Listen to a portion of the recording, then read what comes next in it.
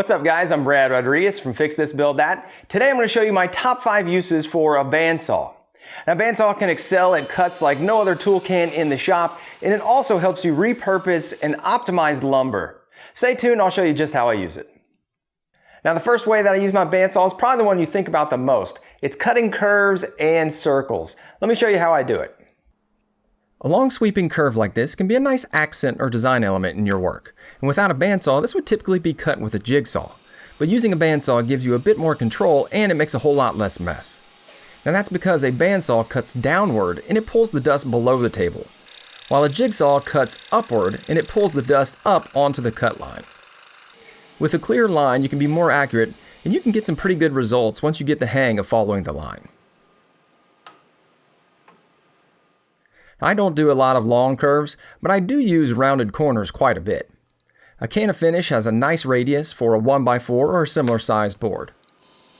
After tracing the curve on the corner of one board, you can stack it on top of one or more other boards to cut them all at the same time. Now this can be a big time saver compared to a jigsaw, because with a jigsaw you have to cut one board at a time due to the length of the short blade. Now on the other hand, with a bandsaw you can cut 4, 6, or even more at a time with ease. And when you're done, you just need to do a little bit of cleanup on the sander and you've got a nice rounded corner that's consistent across all the boards. Now if you cut circles, the bandsaw can really show up in aces. You can lay out the circles and cut them by hand, just following along your line, just like I did with the curve, but that isn't really a lot better than doing it with a jigsaw. The thing that sets the bandsaw apart is being able to use a circle cutting jig to get a close to perfect circle every time. By locking down a pivot point on the table, you just have to turn the workpiece and it gives you consistent results without the need for adjustments or slowing down to follow a line like you do when you cut it by hand. Now, there are a lot of different ways to make circle cutting jigs, but the most basic is using a cut nail in a board that rests on the table and drilling a small hole on the underside of the piece that you want to cut. You can then put the workpiece on top of the cut nail and just rotate it to make the cut. You can also make these adjustable and do a variety of different sizes. There's some great videos out there on how to do it, and I'll link to a couple of them below. Now the second way that I use my bandsaw is for resawing. Now resawing is basically just taking a larger piece of lumber and splitting it into 2 or more pieces. Let me show you how I do it and why I do it. This is probably the way that I use my bandsaw the most. So let's say I want some 3/8 of an inch pieces for a cherry box, but what I have on hand is this 1 inch thick piece of cherry. I can lay out a mark on the center line of the board and then just split it in half. There are a couple different ways to resaw, but I like using a tall resaw fence and a 5/8 of an inch 3 teeth per inch blade. It's important to check and set up both your fence and the blade to make sure that they're 90 degrees to the table for a good resaw. And then you need a good right angle on your piece of wood as well. Now on this cherry board, I had a flat face, but the edge was rough and it wasn't square at all. A couple passes on the joiner gave me a square reference to go against both the fence and the table. Now here's where the resaw capacity of your saw comes into play. I have an older 14-inch bandsaw with an MDF table and a fence on it that I use for cutting small parts and tight curves. But the resaw on this thing is only 5 inches with that table. Now the newer bandsaws, like this 14-inch bandsaw that Jet sent me as a sponsor of this video, has a much larger resaw capacity. This model can go all the way up to 13 inches, and it's got a lot of other great features that you'll see me use today. I'll have a link down below in the description, and you can find out all about this Jet bandsaw. I move the fence in, and I eyeball where the blade will hit the workpiece, and I land it right on that mark that I laid out in the center. Using a featherboard can help keep the board pressed against the fence, but it isn't totally necessary, as I'll show you in just a minute. Making the cut with slow and steady pressure gives the best results. If you push too hard, the blade can bog down, and then it will start to wander, and it might even burn or bind up in your workpiece.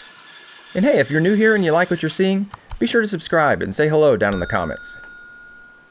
After the resawing, I have 2 pieces that are just under 1/2 inch, and I can run these through my planer to get them down to 3/8 of an inch, and I got minimal material loss, and I used some boards that I already had on hand instead of having to go out and buy new material. Now resawing isn't just for small parts or veneers though. I got this 6x6 cedar post for free from leftovers of a pergola build. Now the 6x6 material is bigger than I need. I'm not going to really be able to build anything with it, but I can definitely use some 2x6 cedar. I set the fence to 1 3/4 of an inch, and I made 2 cuts on the beam, giving me 3 oversized 2x6 boards. Again, with a few passes on the planer, I'll have some nice usable material from a free piece of scrap that I was given.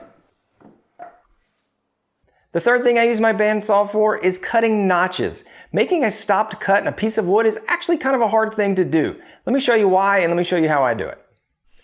Now, if you've ever tried to make a notched cut on a table saw, you know it's not easy, clean, or particularly safe. You have to either pull the workpiece back or turn off the saw after you hit your layout line. And I don't recommend doing that since you can induce kickback when you're trying to do it. And even if you do it safely, since that blade cuts at an arc, the top side might look okay, but the back side of the notch will have the overcuts on it, making it only suitable for pieces with one show side. Using a bandsaw is safe and just as accurate. Here I've reversed the fence and switched it to the low setting, so I can lower the blade guides down close to the workpiece and make sure I have the most control possible. Now, a bandsaw cuts straight downward, so there's no concern of kickback when you stop and pull the board back.